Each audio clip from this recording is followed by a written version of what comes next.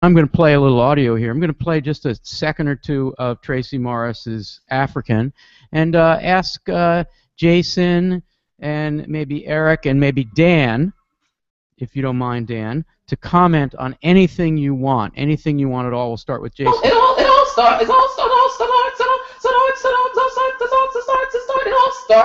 when we were brought here as slaves from Africa. It all started when we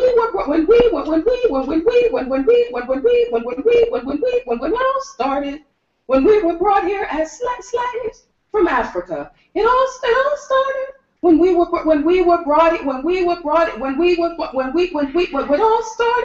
when we were brought here as slaves from Africa. It all said when we were Africa. It all started with Africa. It all started with Africa.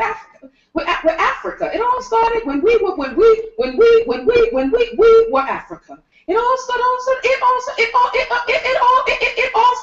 started when we were Africa. It all started when we were brought here as slaves in Africa. It all started when we were brought here as slaves from Africa. It all started when we.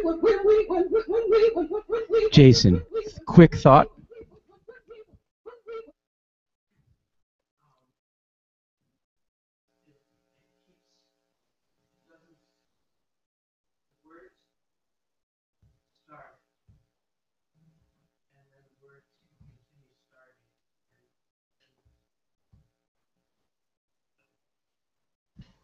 Okay, now I'm starting.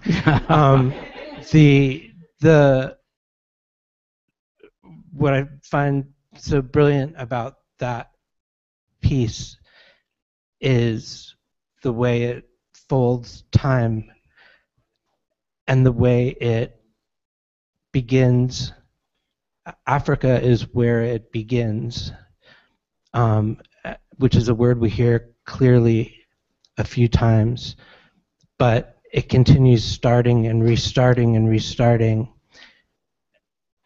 in a way that folds the listener into extending those words. If you were to just say the words in one linear sentence, you would move in one motion from point A to point B.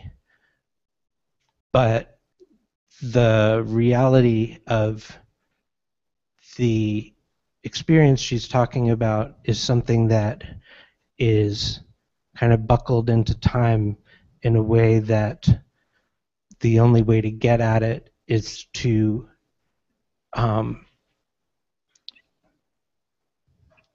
mine deeper and deeper into the words. It never starts and it never ends. It's a kind of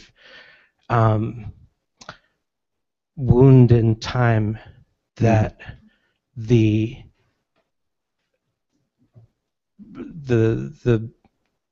like my own stuttering at the moment, but that the stuttering allows us to I know you don't meditate except before the dentist, but it allows a kind of meditative space to open up inside the words, as if the little, inside each letter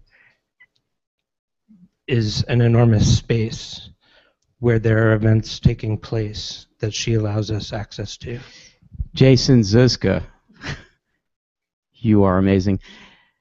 I have something to say in response to that, but be really quick. But meantime, get the mic over to Eric, and we'll turn to Dan.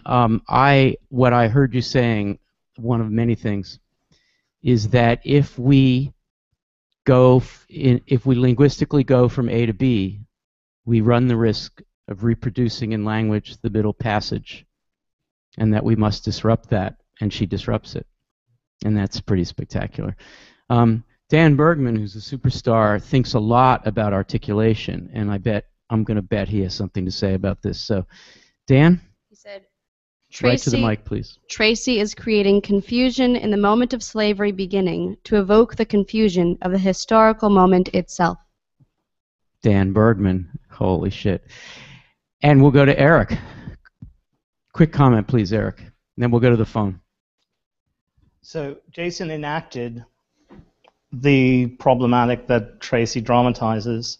It was really beautiful to sit here, Jason, and listen to that. I could listen to Jason all day. Exactly.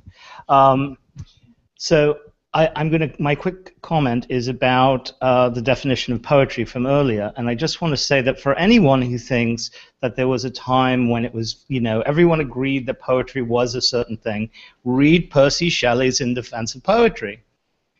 Go to A Defense of Poetry. Which is available online everywhere. Absolutely, and we have our own copy here at Penn. And understand that this is a conversation that we are having over time. Poetry has never been something that anyone could own and say, this is it, I've got it, you don't. Because we are always prepared to wrestle it free to do new work. Beautifully put.